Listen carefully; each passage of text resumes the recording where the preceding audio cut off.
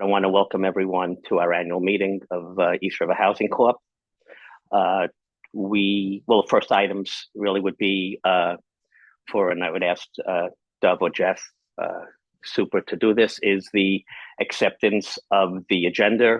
I make a motion to, Okay, that's so moved. Okay, and the other is the acceptance of the minutes of November 20th, 2023, as prepared by our corporation's attorney, Michael Riley of Norris McLaughlin, and which were attached to our annual report.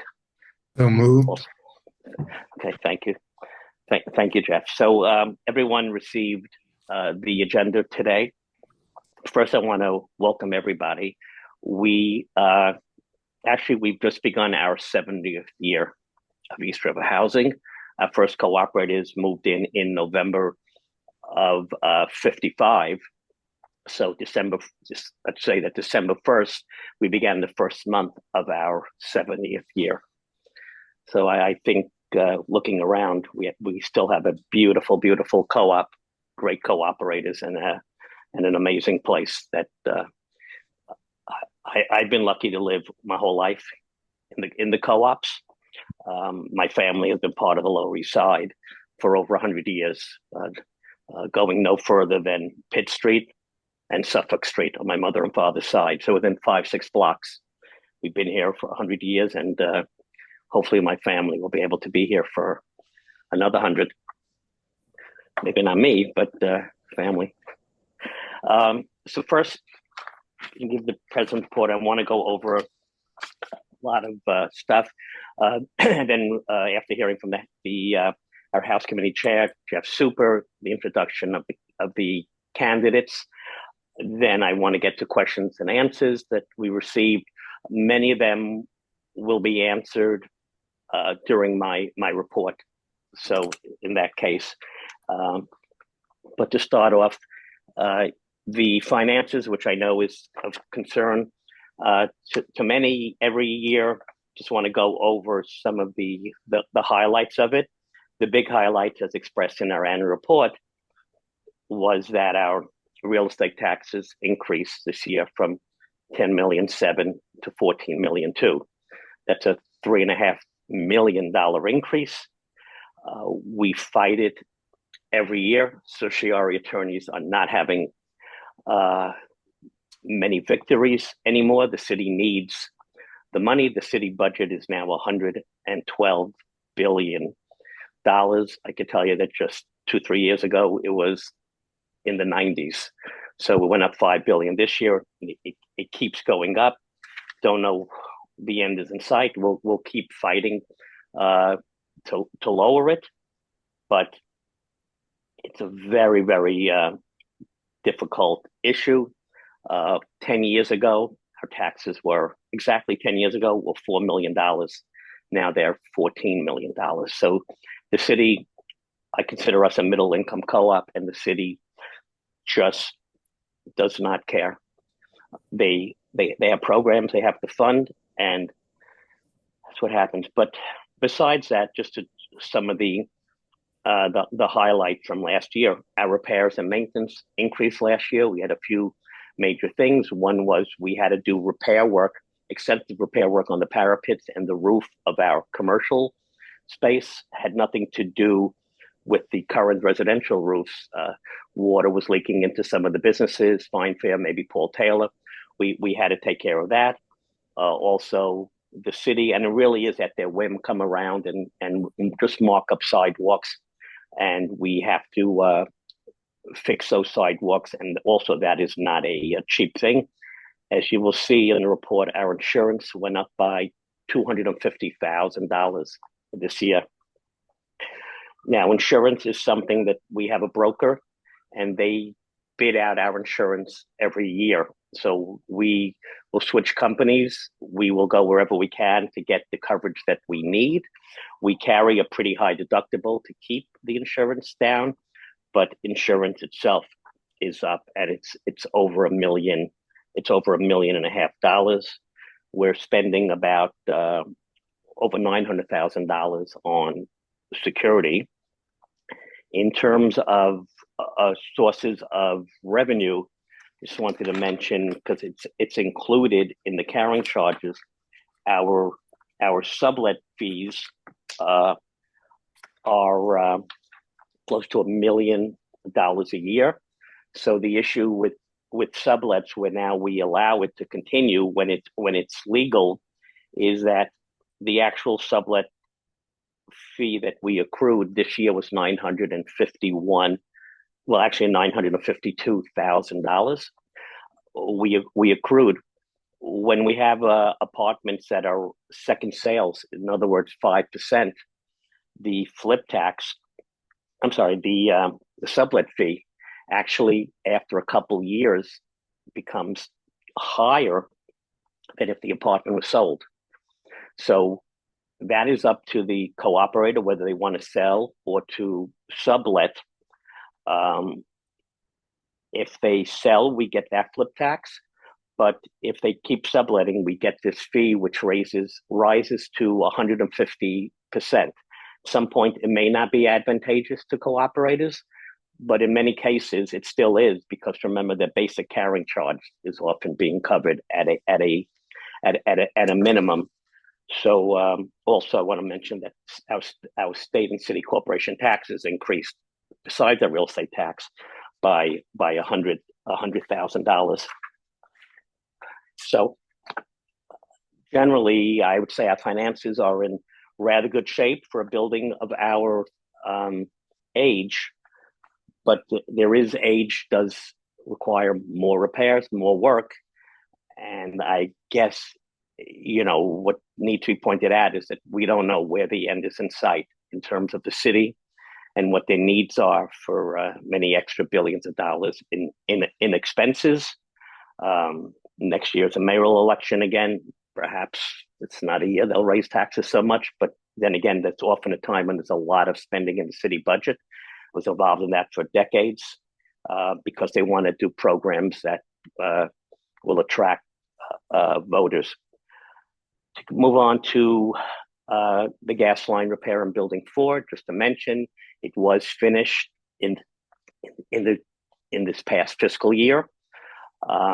It was a major unexpected undertaking, but thanks to incredible work from our plumbing company, Damar Plumbing. I mean, really excellent.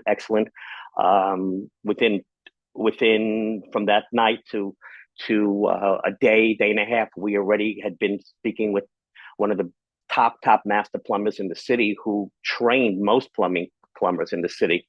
And they recommended Damar, and we've been very lucky that they came in. For those of you who lived in the building, you saw the work that they were doing. You saw the welding. You saw the incredible work that they did. It was costly. We hope it doesn't happen again. But also, a lot of shout out has to go to Shuli Wollman. He, I was often with him, but he was there. I was there a short, X number of apartments. He was in every single apartment, every single day in another apartment, or 5 or 10 apartments, coordinating this. And people in the building know that the work involved such cooperation, because you have to remember, we had to come into apartments sometimes 10, 12 separate times. The wall had to be broken, then the crew had to come in and cover it up. Then they had to do this, they had to do that. There was new pipe, taking out the pipe, extending the pipe, and each time, in many cases, there was expensive cabinetry that had to be removed. Shuli had to convince the cooperators that it would be done carefully and restored, and it was. We also had some cooperators who were incredibly generous, in the sense of sometimes the gas line or the kitchen could have been against the bedroom, and those cooperators allowed 2 breaks in their apartment. It could be even in a bedroom wall beside the kitchen, just to help someone else not have to damage, stuff. So it was a hard job, but it was completed in 9 months. And I said in the report, Shuli and I, but I'll stand by it. Many of us know people, and I do for sure, know people who are in much smaller buildings, and they've gone for years at a time without gas while that building figures something out. We hit the job running within days. Within days, that company was in the building. And I believe not much more than a month, we were able to, first priority was get the laundry room back open on the main floor. And that was done very quickly. So at least people had that, basic necessity done. Now we finished. We've undertaken the full replacement of our residential roofs. That is a $9.4 million undertaking. We've started, our engineers determined the order based on the condition. The work started in building 3. The first roof is almost finished, actually, at this point. At this point, it is a white roof, which means that it will keep our building cooler in the summer and hopefully warmer, because heat doesn't just go to the top floor, but it moves around. I will talk later about the issue, which is a question about solar. As was written in the letter to the cooperatives of why it does not appear on our roof. But again, what Shuli negotiated with the company Xenos, that they're finishing the first roof and they are not getting their first check from us till February of next year. After the roof is done, they will have laid out millions, I think about $4 million just for the supplies or the labor on the one roof, incredible amount, and we will not be paying them till then. We start the assessment in January. We don't pay them till February because we have to gather the money in January from cooperatives, which comes in, the first week, second week as people pay, so that we can do that. But we will have roofs. They're full, 100% covered, guaranteed roofs from John Mansville and stuff. Our architects, Lawless and Mangione, are here all the time. They oversee the job. Many of us have been up on the roofs. We meet with them every week. Shuli is up there. They come into the office as we see any minor issues. They're all addressed, and any issue that a cooperator has, they're addressed. The resiliency project that I guess I could say we dreaded for many years is proceeding. Actually, we started on the resiliency around 2014 with the first meetings. A lot of them used to be held on Henry Street and Henry Street Settlement, and they moved around. We had meetings in our co-op. They've been meeting their targets. September 1 was when the overpass on Delancey Street would be operational. It was operational on September 1st. Unfortunately, the city, as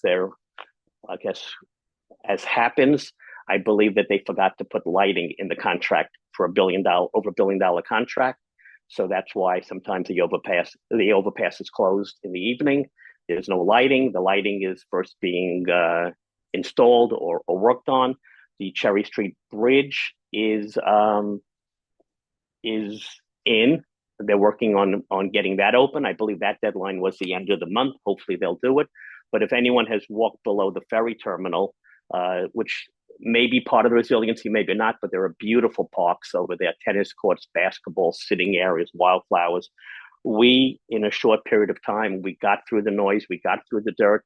It wasn't pleasant, especially the noise and the overnight noise even, but we are going to have the newest park in New York, and it is going to be beautiful. It is going to be something, for everybody to use. So we're very happy. I want to make an announcement which has not come out yet, but I'm just going to alert the people who are on, and that is that in the near future, can't say exactly when, the board has voted to implement a no smoking policy throughout our cooperative. The health of our cooperators is paramount. Not only do we have many seniors, we have many people with various ailments, and no one has to suffer with smoke. This is what's taking place all over the city in very, very high-end buildings, the tallest, newest buildings you see. Many of them are rentals. In some cases, they started with one or two buildings to try the no smoking policy. It is now extended to all of their buildings, and we're talking about 40, 50-story towers throughout the city. That will be no smoking, cigarettes, marijuana, e-cigarettes, any kind of vaping will not be allowed. Yes, it'll be difficult to enforce. We have to rely on cooperators of following our rules. It's for the health, it's for the safety of every cooperator, and for the well-being of all of us. And just giving the notice now, so if someone is smoking, they have a chance perhaps to try and find a way to stop. However that goes about. Want to speak about composting. Composting is now in effect in New York City. The city had stopped it for a while, and our bins will be going out. I just want to say that in the memo that went out about a month and a half to say that it is coming, I made a mistake in having something added, and I just want to correct it now. We will not be providing a small bin in everyone's apartment, as I first thought that we would. I did not realize the expense of that. I know people think we were kidding when we said it would be tens of thousands of dollars. Anyone can go to Dollar Tree and spend $1.25 and get a pail, just like you take a sand pail and stuff. But a bin that's in your house has to be a secure bin that closes and keeps that waste in your apartment until you take the bag down. Well, those, I guess maybe because they have, whatever the rules are now, those decent ones are over $20. We negotiated a price down, but if you add that up, the cost would be $10 for 1,672 apartments, even if it was $10 a bin. And please don't say you can go to Temu or one of these companies from another world, and buy. These are the ones that would be safe, and then people don't want the color, they don't want the size. It would be, even at $10, it would be $17,000 plus tax, and they cost a lot more than that. Even the bags, bag of rolls of composting bags cost $199 plus tax. The lowest price, $109 plus tax, which is then $217 for 1,300 bags. That's not even one bag per apartment. If people only took one bag, but we can't control how many bags people would take.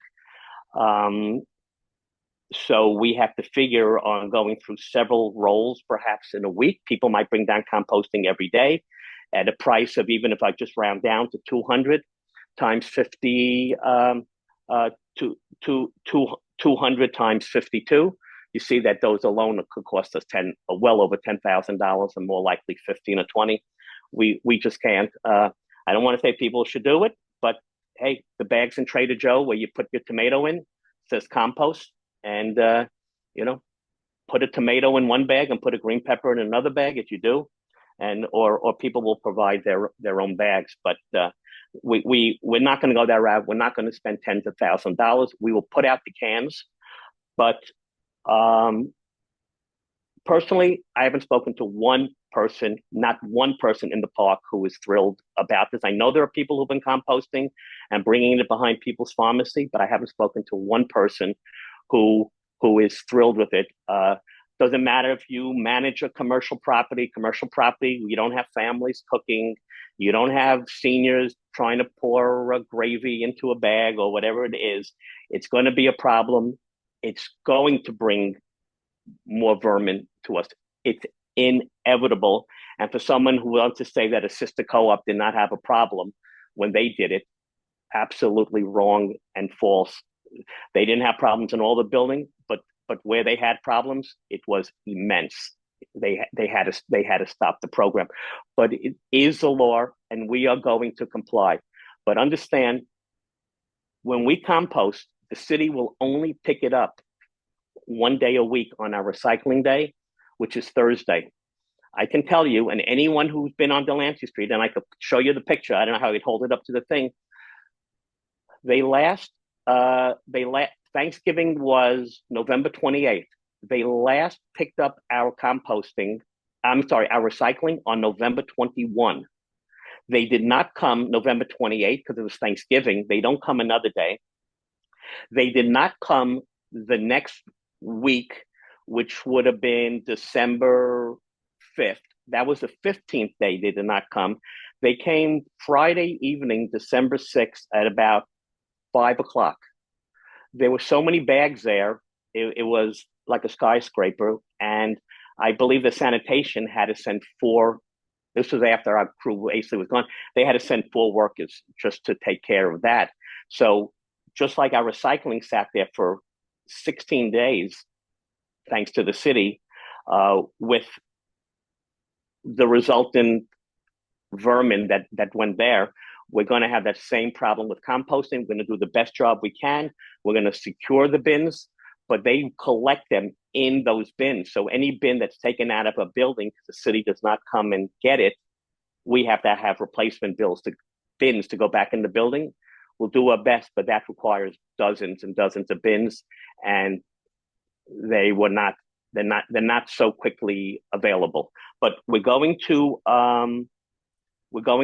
follow the law as we have to, and we encourage everyone to follow the law. Next, we've said it last year. It's in the annual report. Not now, but down the road. I don't want anyone to be surprised, but elevators. There will come a time when elevators will be needed. The full refurbishing and renovation of the motors, cables, or whatever our engineer says of our elevators. Hopefully we can put that off till after this assessment is done. And remember, the roof assessment's lasting 39 months.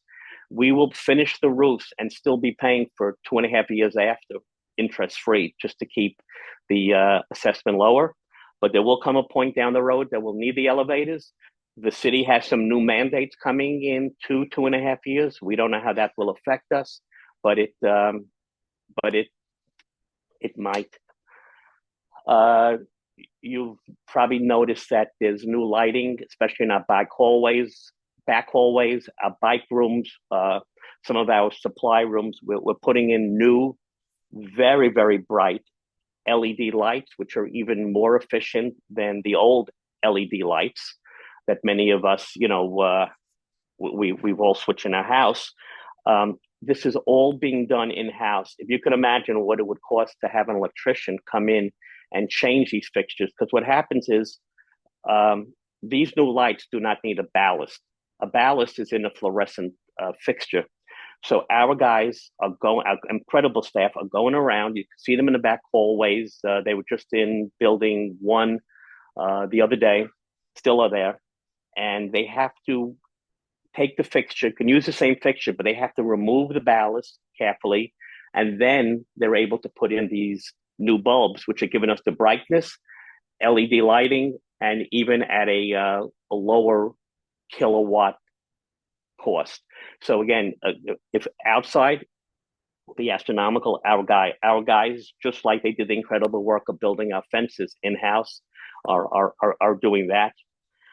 I want to talk about, I've often spoken and encouraged people.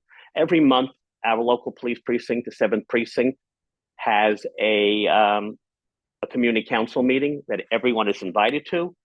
It's a great way not only to meet neighbors here, but to meet neighbors from other co-ops, people who live in the housing authority buildings, people who live still in some of the old tenements that might be along Pitt Street, Henry Street, all within our district.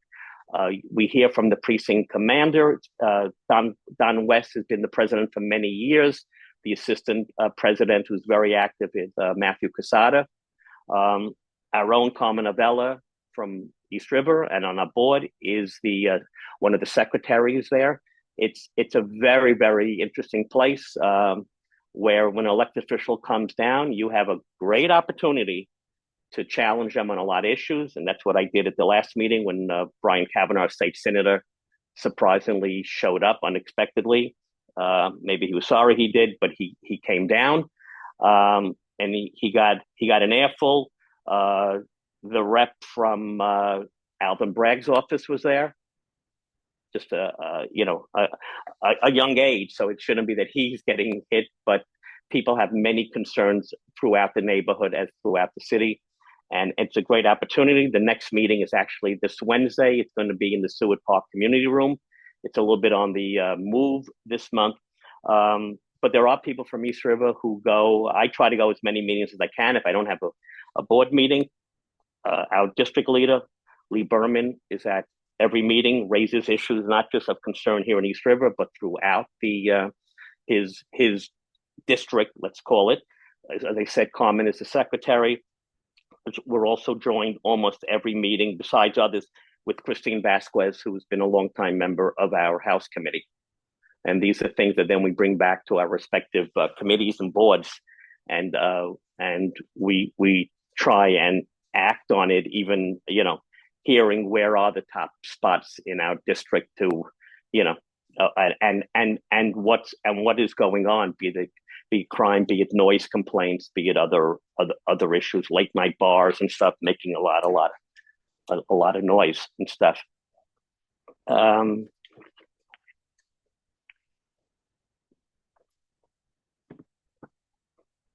At this point, I want to introduce the members of the board. I'm going to read their names and stuff. But first, we have Ellen Gentaviso is a longtime vice president. Ellen forgets nothing. She takes detailed notes. She reminds us if we miss something. She's out there. Several years ago, I asked Ellen to attend a meeting of a community organization that I think meets, I'm not sure if it's in Baruch houses, but on the other side, let's say the other side of the bridge. And that's the New York Power Partnership, run by a real firebrand of a woman, Valentina.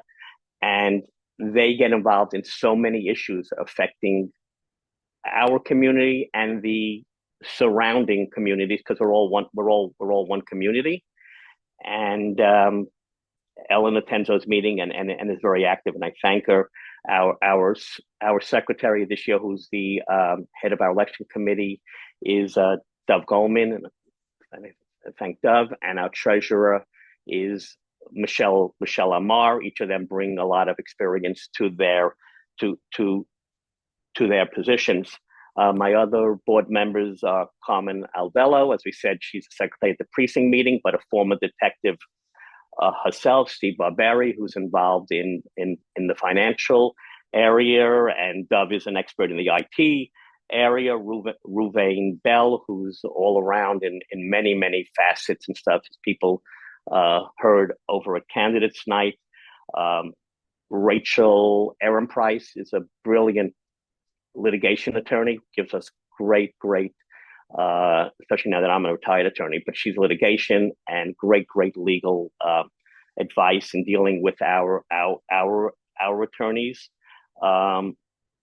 Diana Wang, it goes back to the beginning of our co-op, knows practically everyone, and Diana is really on top of it. I want to single out someone who's Richie Kenny, who really 20 hours a day, Richie is out there. He sees something, he says something, he's reporting. Yes, if you're trying to sneak your car into a parking spot, if you're trying to do something wrong, someone tells him, you might get caught. But remember, another cooperator is waiting for that parking spot. Another cooperator is doing the right thing.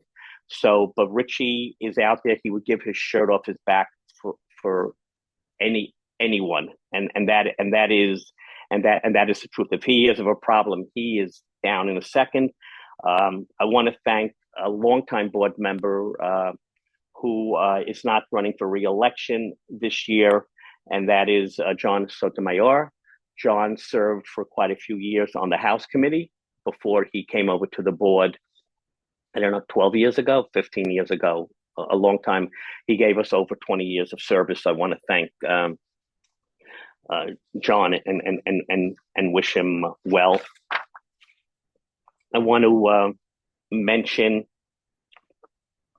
our staff. We'll start with our maintenance staff. It's in the annual report, but our maintenance staff, led by Eddie Velasquez, Sal Mazurko, who is his deputy, they are top notch. There is almost nothing in our complex that we, if it's at all possible, that they cannot do in-house. It, again, from building the fence, from changing the lighting, there are so many areas. Even our the giant compactors that get taken out with the garbage, we're able to fix them. Other co-ops that are broken away from us who need to fix that, you can't even find, in some cases, a company to do that. And if you do, I think the cost is 10, 15, or some crazy huge amounts. Our guys are super handy. Our boiler room staff, keeping us warm. Hopefully everyone is warm. And if not, we'll look into it. That's Jimmy Ritchie and his crew. And our head of maintenance is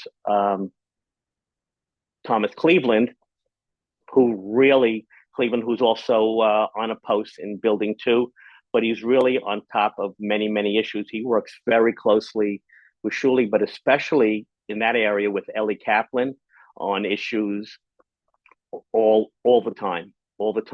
And it's not always security issues. A lot of times it's social service issues that people have, issues, and we know who needs help, and we try in all cases to get the help. Lastly, I want to speak about our management staff. We have a very small management staff who do an incredible job, led by Shuli Wollman, who has spent his entire life here at the co-op. Shuli not only is on call 24 hours, you could speak to Jimmy Ritchie tomorrow and ask if he doesn't speak to Shuli at 4 a.m. in the morning and stuff. You could speak to Eddie Velasquez and find out that Shuli's on the phone with him at 5 o'clock. Our boiler room is getting called in the middle of the night to say, keep the heat on, or do this or do that. Okay.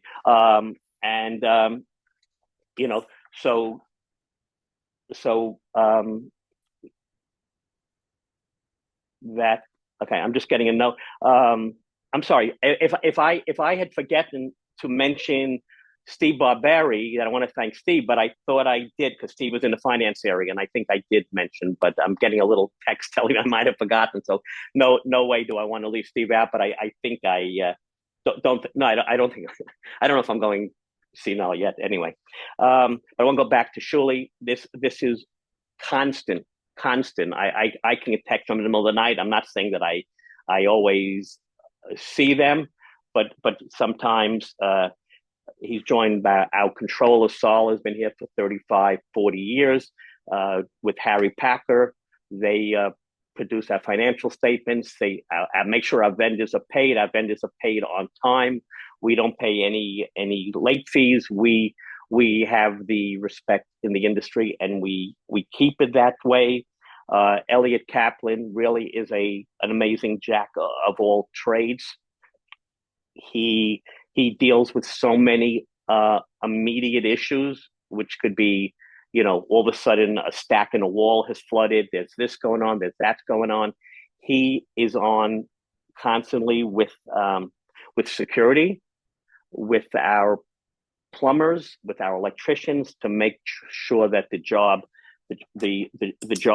is done, and our support staff, of course, in the office. Well, then we have is Shifra, who's I guess they would say she's been with us since the year 3. I don't mean year 3 of the 70. I mean year 3 of all time. And Shifra is she's loved. She's a character. But she's people really like to come in and and deal. And then we have Moshe, who's a great IT person, especially when it comes to security issues with our camera and so many things that for those of us who are a little older that we need to learn. He is just incredibly gets things done. Deneen is an amazing person and such a help. I think always a smile on her face, along with Kayla, who's been with us now for a couple of years. Any cooperator who comes in, they're treated with respect, and always we try to find an answer or a solution. So I want to thank them. I do want to mention, I do have to go back to the issue of the gas line and stuff. Okay. Now I'm getting a text, sorry, from Steve telling me you definitely did mention me. No worries. So, okay. The gas line. We're telling this to cooperators. Please, we've told you this. No one is allowed to have an oven installed or removed in your apartment without a master plumber who's licensed to do gas installations there. So you can't go and buy just a gas oven, perhaps from PC, unless you also pay them, which is a huge amount, to come and have that done. But you can't go buy one at Best Buy and have it. It has to be done.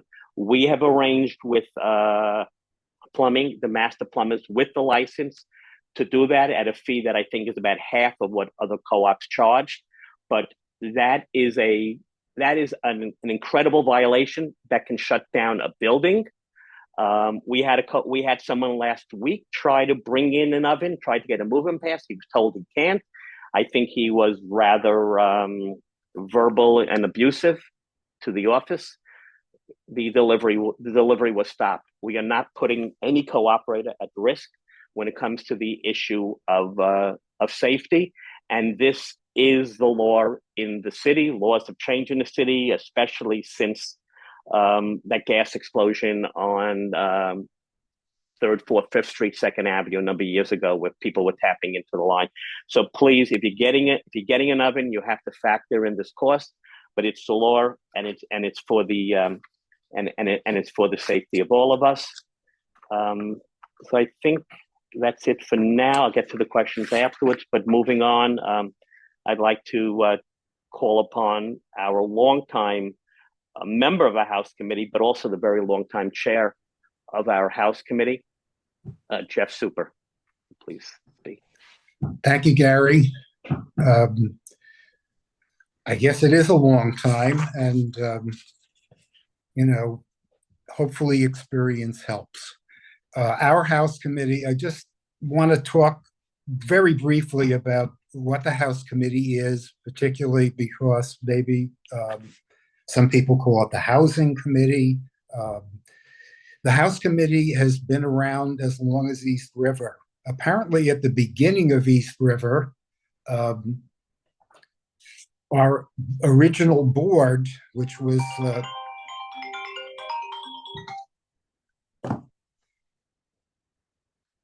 sorry, I was just getting a call from someone. I hope there isn't a problem. Our original House Committee actually supplemented our original board, which consisted primarily of members from the ILGWU, the International Ladies Garment Workers Union, who, of course, were the people who got East River done, and President Abraham Kazin. So the House Committee was kind of created to get people who lived here involved in the co-op, and it has morphed over the years. Today, the House Committee, of course, is elected by cooperators, concurrent with the board, 3-year terms. Our primary mission has now focused on quality of life issues within our community. We serve in an advisory capacity to both the board and management. We try to work collaboratively with them to represent the views of all the cooperators and to share their concerns. Like Gary, I would like to acknowledge the members of the committee, were we at a in-person meeting, I would of course ask them to stand because it's important that people know who they are. If you see them in the elevator, if you see them in a hallway, we encourage the communication from cooperators. That's how we do what we do. Other members of the committee are Anthony Brownie, who serves as a vice chairperson, Christine Alafaris, who has the wonderful and challenging job of being the secretary and taking our minutes, Sam Amer, who is our sort of security expert, Cheryl David, Diane Letterman, Carol Okalika, Jennifer Rucker, Tom Skibicki, and Christine Vasquez, who Gary had mentioned. And we'll get to some of the things that we focus on. We kind of, the House Committee meets on a monthly basis in our community room event space, and members participate in at least one of the three committees by which we organize our activities. First one I want to just briefly talk about is our Buildings and Grounds, a very important committee. This has been ably and energetically led by Tom Skibicki for the last several years. Unfortunately, Tom's term is ending and he is retiring from the House Committee, but he has done invaluable work for East River. Tom has led our periodic walkthroughs of our common grounds and outside areas. We discuss what our observations are with maintenance and management, again, working collaboratively, and provide constructive recommendations. We recently did a tour of several of the towers. Usually it's more in the lobbies, in the hallways, in the gyms, laundry room, outside grounds. But every once in a while, we go through the upper floors to see what's going on. And we did have some constructive comments about that. We did a subsequent tour with Edison from our maintenance staff to point these things out to make sure we're clear. And then we work, of course, with maintenance to get these things focused on. And Tom's key principle is something Gary said too.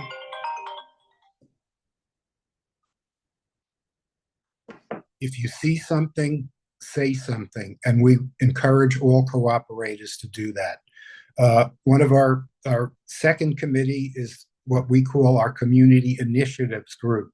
And this has been ably led by Christine Vasquez. She and other members attend the 7th Precinct Community Council. These are very valuable meetings. Members also attend relevant Community Board 3 meetings, particularly focus on transportation and parks and recreation to keep up on what's going on with the various projects. We need to be informed of what's going on in the community so that we can represent our interests. And our third committee is what we are calling Cooperator Communications, and this is led by Anthony Brownie. Anthony, one of the main things that this committee does is work on periodic newsletters. One is being worked on right now. We hope to get it out very soon. In this regard, I do want to mention and thank two cooperators who helped with the work of that, with the newsletter. David Flaherty, a graphic artist who for many years has helped us put the newsletters together. He does great work, and he also does the flyers that we use to advertise various events like the ice cream socials, etc.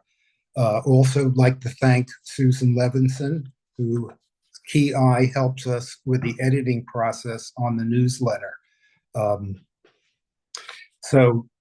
This committee also is involved with social activities like last June's well-attended ice cream social and from time to time lobby socials. We hope to be able to be doing one probably sometime around Valentine's Day in February. And these things are a great opportunity to come by, um, meet people from the committee,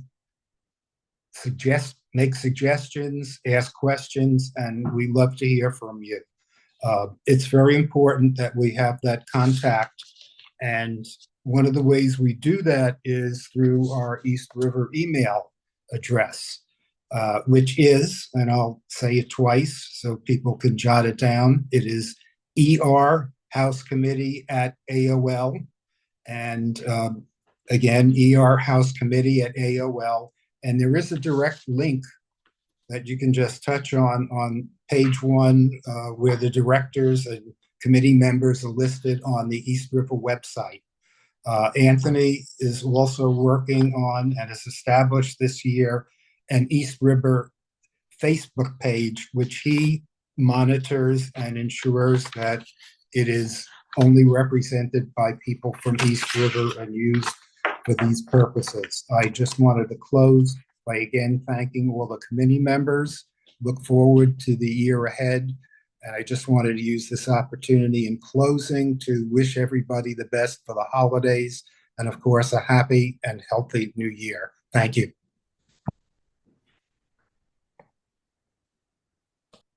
Thank you, Jess. And I just want to echo a thanks to all the House committee members and the work that they do throughout the year and the time that they put in on behalf of our co-op. Really appreciate it. Okay, the next item on our agenda is number 5. Moving on, it's the introduction of candidates. So I would call upon our board secretary and the chair of our election committee this year, Dov Goldman, to please introduce the members of the board of directors and the House committee candidates. Thank you, Gary. Thank you all for taking the time to join us tonight. Your involvement, in this process is a testament to the warmth and dedication that make our community special. I would like to thank and acknowledge the candidates running for positions on our board of directors and House committees. Your willingness to step forward and serve is truly appreciated. For the board of directors, we have Ruvain Bell, Ellen Gentoviso, Richard Kenny, Noreen Nevin, Lana Pollock, and Gary Shaw. For the House committee, we have Christine Alaferis, Carol Okalika, Mitchell Imberman, Ellen Renstrom, and Mary Sheridan. We're grateful for your commitment to our community and wish you all the best in this election. Thank you. Okay, thank you. Thank you, Dov, and good luck to all the candidates. And thank you for and stepping forward. Next, we'll call upon our Corporation Counsel, Michael T. Riley of Norris McLaughlin. Hey, good evening, everyone. I'm Michael Riley again from Norris McLaughlin. We're your outside corporate counsel, and it's always an honor and privilege to be working with your board throughout the year and at this annual meeting. And our role will be to process the election. We'll have the results tomorrow, and they'll be sent to the management team that'll post them. And like I said, it's always our honor to work with you and to keep the board moving along and providing outside guidance, whether it's corporate matters, leasing matters, or construction contracts. So again, our privilege to serve the board in the building. And tomorrow, like I said, we will process the election. Thank you, Michael. For those who may not be aware, Norris McLaughlin was formerly Zold Brandwin, and Zold and Brandwin have been the attorneys for co-ops in our city probably for 75 or 80 years, for our 70 years, and probably the attorneys for Hillman and maybe even Amalgamated going back to the 30s and 40s, but definitely Hillman. So they have they are involved with countless housing co-ops throughout our city, ranging from Mitchell Lamar, Article 5, to those that have gone private, such as we. So I want to thank them for their expertise. Next, I'm going to move on to the questions that were submitted. Some were, again, answered within my report. Sometimes they were not questions, but those that can be addressed will be address if they're questions and if they're within our purview. To answer one, I'm kind of going in order, but I'm going to skip to one, and that came from a cooperator. I'm not sure if they read the original letter when we put out about the roofs, but the question is about have we considered the installation of solar panels as part of the work to alleviate the long-term high costs associated with natural gas. Solar panels would reduce the overall electric costs and make the co-op attractive. We had originally, our architects, engineers had originally put out the bid for the roof, again with a white cool roof, but also we were seeking to install 1,000 solar panels, 250 solar panels on every roof.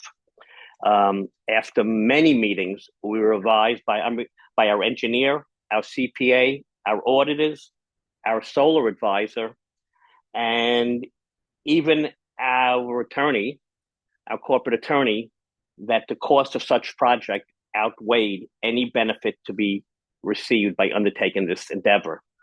There are tax benefits that would accrue to a building putting in solar panels, but we are not a profit-making cooperative. We adopt a budget in the hope of showing a minor profit because we don't want that extra cost.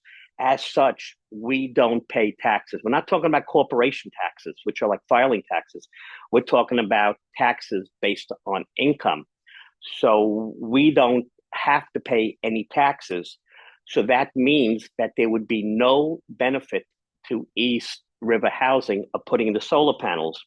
Well, the solar panels were bid out at a cost of $2.24 million. The savings, according to our engineers who are top, Lawless and Mangione in this area, was going to be about 5% or $92,000 a year. So if you take $92,000 a year, put it into divided 2.24 by $92,000 a year, you will see that the payback is about 25 years to break even. But that doesn't take into account the necessary upkeep on those panels. Some over time get damaged. In storms, there has to be a maintenance contract on the panels. So we are talking about a payback, if ever, of up to 30 years. That was a no go. We thought it would be feasible, and even if we were going to fund it and say we don't mind that 25-year, we don't mind not having this payback, it would have meant that the assessment would have had to been sharply increased over the next 39 months. So we could not burden the cooperators with this if there was not going to be a true benefit in a way that the city or state can offer to us. And so we had to remove those panels from our contract on the roof. When we did the boiler room upgrade, basically to natural gas, in the hope of having natural gas from when we used to burn. First, we used to burn dirty, I think it was number 6 oil and stuff. Then we went to cleaner number 2 oil, but it's incredible, very, very expensive, especially as the cold weather comes. We thought there might be a payback in 10 years, which was acceptable. We actually got the payback within 6 years because the savings were so great. Natural gas was a little more affordable at that point in time than it is now. I'll get into that a little later. Another question. We have a question which is, let's see, are you in favor of term limits and why? And I guess to answer that, I'll speak about myself. I've been on the board for 35 years. I've given half my life for this board. I actually give most of my life for the board. It's a job that I take every job I do and every volunteer work that I do seriously. It's what I was brought up by my parents, how to be. And it means that some nights you don't sleep because something's on your mind. The cooperator called you, there's an issue. And in my case, it can remain on my mind that I got to take care of it. I got to take care of it. And it keeps me up. But I really want to talk about term limit history in a place like New York City. There's only term limits in New York City. There are no term limits in New York State. Term limits in New York City only came about because a right-wing conservative ran for mayor in 1989 and only got 40,000 votes. He spent $15 million and got 40,000 votes. He wasn't happy with that. He'd run in a Republican primary and lost. And then he ran on the conservative line and got 39 or 40,000 votes. As such, he decided to get even and to try and enact term limits. He went and hired students from Stuyvesant at $5 an hour. I assume that was a minimum or a little above the minimum back then. This is 1993. And to have put it on the ballot, again, because he could not get on. But if we look at the history, you could tell Jamal Bowman, you could tell Cori Bush, some of the squad members who were thrown out of office in real elections. You could speak about Senator Casey in Pennsylvania about term limits. They saw the effect of term limits in the sense of it's called the ballot box. And at the ballot box, the voters decide when and if they want to make a change. But we're not going to have someone like that right-wing conservative making our decisions for us. And interesting to note that there is no term limits in Albany, where the Dems have a super majority because obviously nobody wants to have it there. But as long as people work hard and stuff, and there are many fine, I'm sure, qualified people. People can step up at any time that they want. It's not something that I personally believed in. I was counsel to the Speaker of the City Council at the time this was going on back in the 90s, so I'm well aware of what happens. And if you want to know what happens in a community like ours, we get elected officials with no experience, no seniority, and they're usually on the bottom of the totem pole. And our district, as other districts, but especially in our area, we hurt. We get hurt when you don't have people with experience there, or people who are aligned with the right elected officials, meaning the speaker or the mayor, whoever that is. The next question is there any way to expand the parking lot? That's a common question that we get about the parking lot. And is it possible to do a multi-layer parking lot? The answer is absolutely not. Everyone who's in the parking lot waited, whether the period was 12 years, 15, 17 years. Sadly, life goes by very fast, and the time will come. But our parking lot is over the East River. There is water under our parking lot. It couldn't sustain the weight of a second tier of the structures or the cars.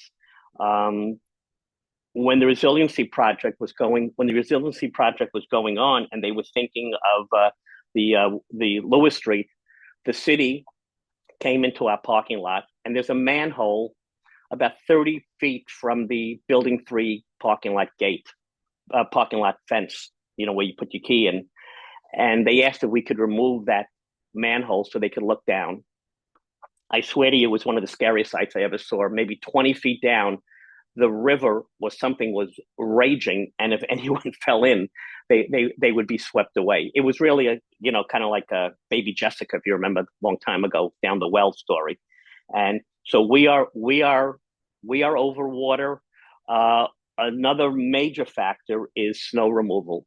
Even the way the gate has been moved now, our head of maintenance is very concerned that snow removal is going to become more difficult for those cars that are near the fence, right across the opening of the fence, because he may not have a place to push the snow. We can't necessarily take it on the street and stuff. When the city finishes their work on the overpass, which hopefully will be soon. Shuli meets with them every single week, is on the phone with them most days, because now we're just trying to get to the finish line with that. We will gain approximately 2 spots. For lucky 3, but we think only 2 spots from the reconfiguration of the knocking down of the guard booth. But we will take advantage of those any spots we can get. Someone asked about the lobby doors being easier to open, and so they don't slam shut. Our maintenance crew, please let them know they will go around whenever they can to adjust the doors. We know that at times they're heavy, at times they may close a little fast. The question of a key pod, that is not as simple an undertaking as people think. The doors and many other things would have to be changed. And at this point in time, it's not something that has never been under consideration, but we're going to get through we got through the gas, we're going to get through the roof project, and probably, like you say, afterwards, the elevator project, and at some point in the future, if funding allows, that is something that we would look at. We're being asked about the gate to the Atlantic Street parking lot, why numerous times it is left open, especially during the day. When it first went up, there were certain adjustments that needed to be made, but the reason you see it open now is that the city is still working along the fence to move the fence back so we can go back to getting those cars against the fence in normal spots. And if you look there now, you'll see that they're getting ready to pour cement, but they built a new sidewalk. You can see the wood frame near the new overpass. And until they finish, they need to bring their trucks in most days. So that will that will come to an end hopefully pretty soon. Question on plan to upgrade the quality of the security people. They don't seem trained in security, but rather just bodies. We meet with the security company all the time, not always a pleasant meeting, but we don't tolerate any guard who slacks off. Guards are let go all the time. But in every building, there are co-operators who will tell you that they really, really like their security guard, that he's doing or she is doing a great job. And those that don't are let go. If it's a question of paying more, we get a better security guard. We have been told by the security company that even if we increase the amount that we are willing to pay, because these are not jobs that pay, 75, 80, whatever dollars an hour, that you wouldn't necessarily get that much of a better guard by just the simple answer of paying more. So we just do the best we can with the company.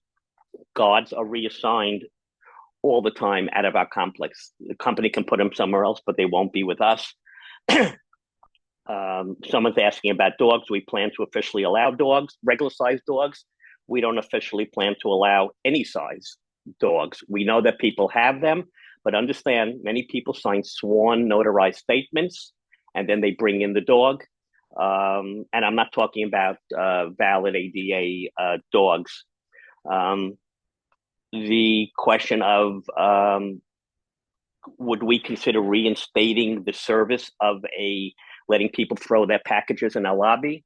Sorry, but absolutely not. Our lobbies were turning into a pigsty. There were times when there were 50, 60 return packages down there. I could say that in my building, the H section, there were times you could barely get to the mailbox. One time someone it was like a 12-foot long box blocking the area. If you take a package, do what most of us do, you can go to CVS and return packages. The post office will pick up a package from your apartment. There are a lot of things, but our lobbies, you can understand, we hear from the brokers, people coming in on a Sunday and walking in there, and our lobby has packages thrown all over the place. It is not an attractive thing. And remember, all packages can be still delivered to our maintenance department. Not you can't return through the maintenance department, but it can A question about the gym facilities. We have a contract to repair our gym, our equipment in the gym, and we maintain the equipment that we have. I already talked about the parking spaces, and understand that the city gives you a C of O for a certain number of parking spaces. We are at the max or within two of the max, or three or four. So when we can add those two spots, we will be okay. Someone wrote that they return home late at night and the water sprinklers make it hard for them to enter the building without getting squirted with water. Just so I can explain how our sprinkler systems work.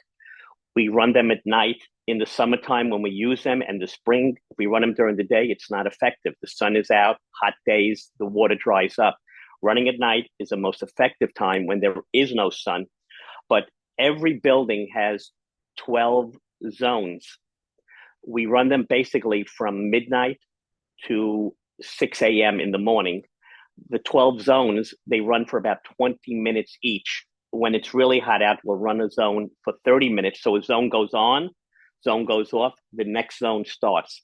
During the day, we sometimes run the sprinklers if we see from the heat that some of our flowers are dying or wilting. Usually wilting, we can bring them back, we'll put it on. But to sprinkle each zone, 20 minutes, 30 minutes, 6 hours, that's when we have to run it. So the question was, could we have a button where cooperators could stop the water for a few minutes? Can't. It's on a timer and on a cycle. But even on a walkway, it should only be that 20 minutes.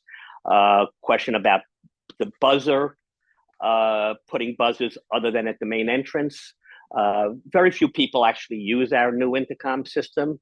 We find and are told by our security guards, but we want visitors coming to our main entrance where they are seen by our security and, if necessary, signed in. So we don't want to put the buzzers besides the cost effectiveness. Another question had to do with retail buildings, including Fine Fair, our whole commercial strip, and would we consider selling the retail units?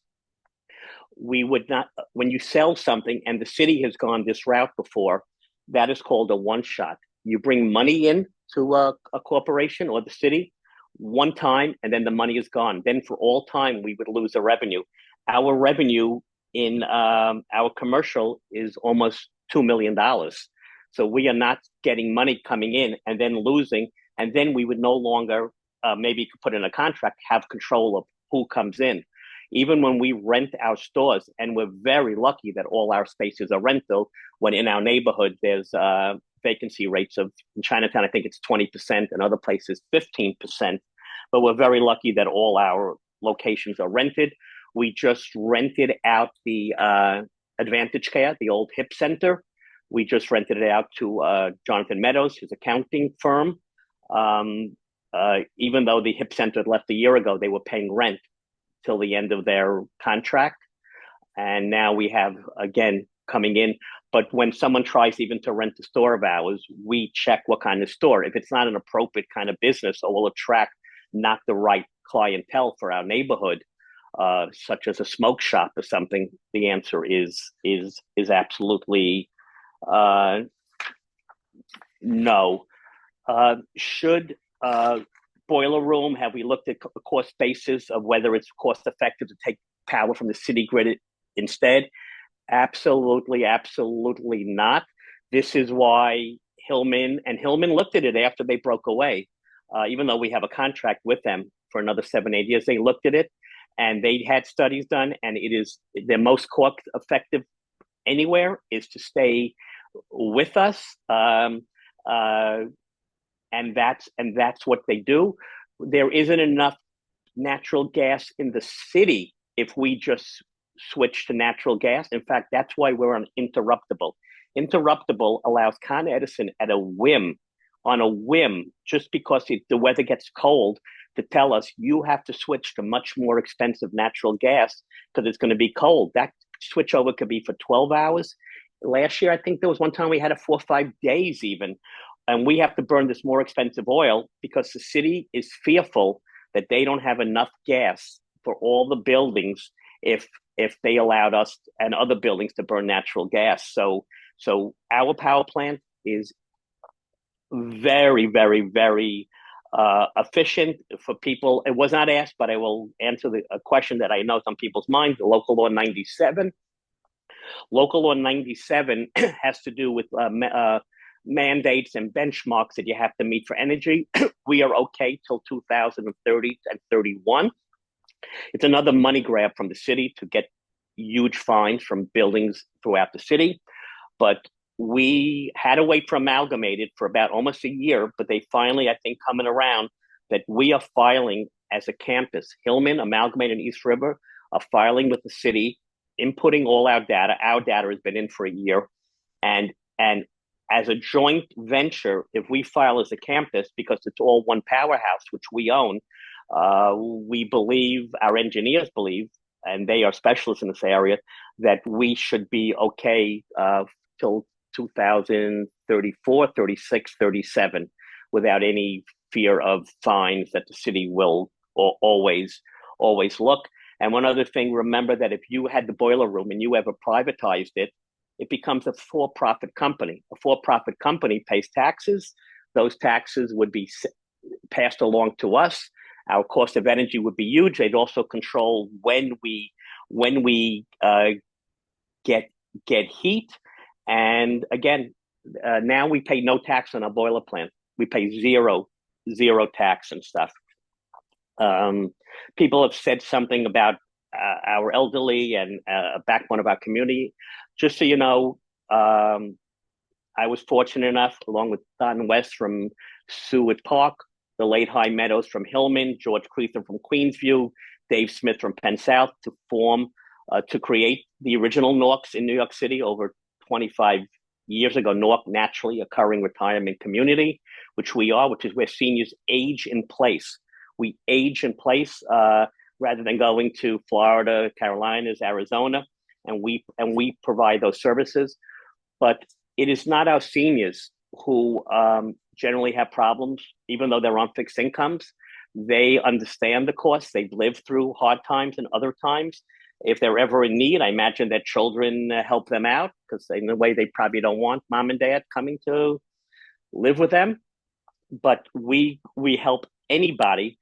When we did the gas line, we said anyone who had a problem with the assessment should come make an appointment to see Shuley. He's always available, and we will see what we can do. If I'm not mistaken, it was 2 or maybe 3 people came, and they were helped out to the best of ability. In terms of the roof assessment, one person has shown up to the office because they're undergoing certain issues. And again, we are always there for that. Okay. Local Law 11 work, someone is asking about. That's our brickwork. Understand that used to be a 10-year cycle. This last cycle cost us almost $6 million. The city now, to milk us dry, every building now has 2-year cycles. There's a big 10-year cycle, but there are cycles that go on every 2 years. Someone wanted to know about ClickPay. How many people are on ClickPay? It's everyone's right to go on it or not, but right now we have 998 cooperators of the 1,600 apartments, 72 apartments who are on ClickPay. But actually, every check that comes into the office is entered in staff very quickly into a reader, and that goes to ClickPay also. But the ClickPay, yes, it's a great service, but it's up to people to decide. Someone asked, when is Lewis Street going to happen? I thought people were well aware.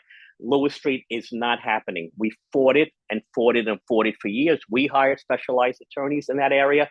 The city has been doing a lot of work, but they are not going under Lewis Street, affecting our pipes to Hillman Amalgamated, which was a real source of contention between us. We miraculously got them to do the work around us, and we don't have to do that job, which would have been well over $1 million that we should not have been responsible for, but that would have been source of litigation. Someone asked the final cost of the gas line project. It was about $2.8 million, and which is what we we brought in. Someone mentioned, why don't we save money by monthly statements rather than United States Postal Service or hand deliver via staff. The rents have to be delivered via staff. Not everybody has email. We can't pick and choose who has it. For a number of years, we had to mail the rent statements to certain people because the state passed a law called the Tenant Protection Act, which actually made us charge more for late fees than we were charging. They thought they were helping tenants, but we try to help tenants, and our late fee was actually lower. And but it also required the mailing. Now we don't have to mail, and your carrying charges are delivered. Someone's asking about stairwell inspections. Please, if there's a door on your staircase that's opened or doesn't close, let maintenance know. Our guys go around twice a year to do this in the spring and the winter and the spring. Winter and summer, they spread it out, and our porters are told to report this at all times if they see it. But I've been told by the head of maintenance that sometimes, because the staircase door is adjusted and it slams, that there are some cooperators on a few floors who kind of adjust the spring so that the door no longer slams. That is a fire hazard. That is a violation. So we would ask.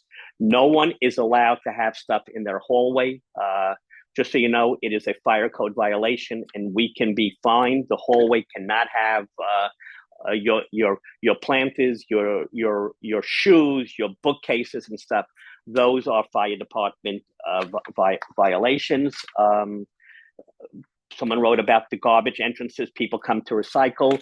The gate by the garbage entrance is kept open during the day because our trucks are constantly coming in. Our forklifts are coming in with the garbage and the compactors. Yes, people come in. They are shooed away. Unfortunately, they're probably poor people who are looking at those cans. Problem is that if they don't close the bags, again, we get issues. Just a few more questions. Someone wrote, fine fare prices are very high compared to Key Food and Trader Joe's. We do not set prices of any business anywhere. We are not a socialist organization which sets prices. Shop where you want. What we seek is the highest square foot charge that we can get from our retail shops, because that money goes into our budget and lessens the burden on our cooperators for carrying charges. Those who are able will avoid paying. They can shop where they want, but we can't tell a store to lower their prices. I want to go into this. Paul Taylor, just so people are aware, 15 or more, 20 years ago, our late great manager Heshi Jacob saw an article in the newspaper that Paul Taylor was looking for space. They were moving out of their current location. He contacted them. We got them to move into our auditorium space, which was basically unused space. We've had an amazing relationship with them. Paul Taylor, now that he's passed, world-renowned Paul Taylor, John Tomlinson, who's ahead of it now, great. Many of them live here, but Paul Taylor has expanded so much that their board of directors wants them to be in Hudson Yards. A building was taken, gutted, and modernized with the latest stuff. They need many, many, many more studios than we can provide for them. So their lease was up a year ago. We convinced them to stay at a reduced rate for a year. Their lease is up in February. We're hoping they'll extend it. But Paul Taylor has double or triple the space that they now have uptown. And being that some of their board are these highfalutin people, they want them in this fancier, hot area. We were very lucky to have them. We hope to keep them, but they need many, many more studios to survive in the process and stuff. So 1 second. Okay, and let's see. Someone wrote about Fannie Mae. We are not Fannie Mae. So anyone asking about Fannie Mae questions and what they require with a mortgage or what they require or anything, we are not Fannie Mae. So the federal government can do what they want with those mortgages, but we don't. Someone asked about why don't we disclose what each commercial tenant pays. That would be very foolish for all of us. Those are private contracts that are worked out with Shuli for the benefit of every co-operator and what we can get from every co-operator. We're not going to have one tenant know that the office next to them is paying more or less, or business is paying more or less. Or we get as long a lease as we can. And let's make it clear, a store like Fine Fair, even with their high prices, is hurting. Trader Joe's hurt them greatly. Hurt the store on Clinton Street, the Seward supermarket that they changed the name. Now in the old Rite Aid space, Little, who is the brother of Aldi, they say on the commercials, is coming in. That will hurt our local stores also. And just, Trader Joe's is owned by Aldi. It's a similar store. So our supermarkets are in the city are basically sadly a dying breed. Okay, I'm on my last page here. Someone again, I don't understand where the question comes from, but someone says, why hasn't an outside accounting firm been hired to do our financial statements instead of management? I don't understand the question, because everyone gets the annual report, and there's our annual report, an independent top firm. We used to use Andreessen, then they were taken over. We use Marks, Panish, and Throne. Each accounting firm is taken over by larger firms more and more. We never are allowed, and we would never not use an independent audit. So I'm surprised to see that question. Someone asked, why are there new lights in front of building 3? If so, why? What do you mean, why? I don't know, there are new lights. We're putting in brighter lights for security. We're going to keep doing things for security to enhance our property. I believe our property is, and I'm just saying, it's incredible. We have beautiful grounds. We have service people who come in, and I'll speak about the plumber who came in last year to do that job, and they couldn't stop, even the workers, amazed at what our buildings look like, our grounds, our parks. They are all over the city, and they say they hardly see this anywhere and stuff. Someone asked, we can use sensor lights in the bike rooms. More questions. The fact of the matter is, we put in these new bright LED lights. It's very hard to use sensor lights in the bike room. In the bike room, some of them are configured where there's a curve and they go in a corner. Someone will go in the bike room, and if they use a sensor light, the light may go off, and that person's going to be in the pitch black.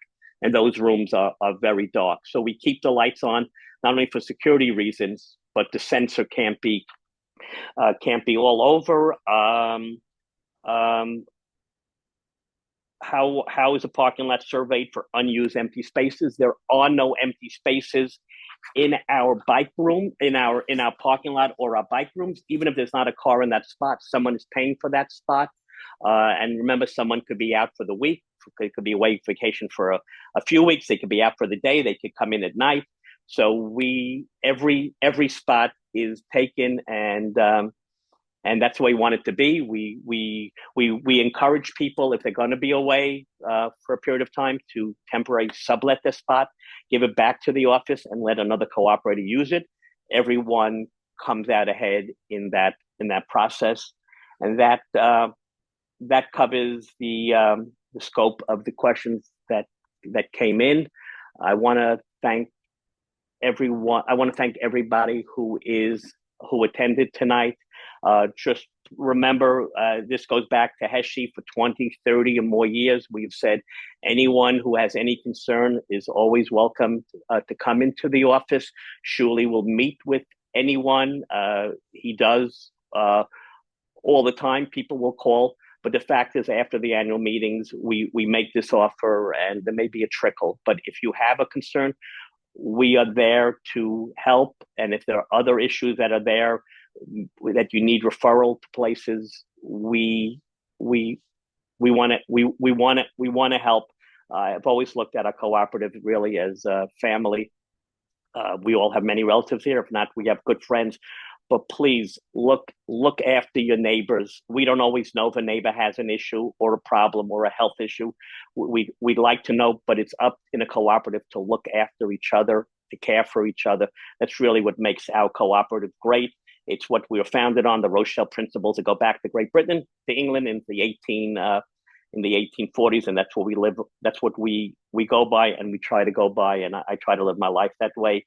So, on behalf of my board, on behalf of management, I want to wish everybody a very, very happy and healthy and joyous holiday season, and a great and a safer year to come for all of us. And then my mother would say, Amen. So thank you, and good night, everybody.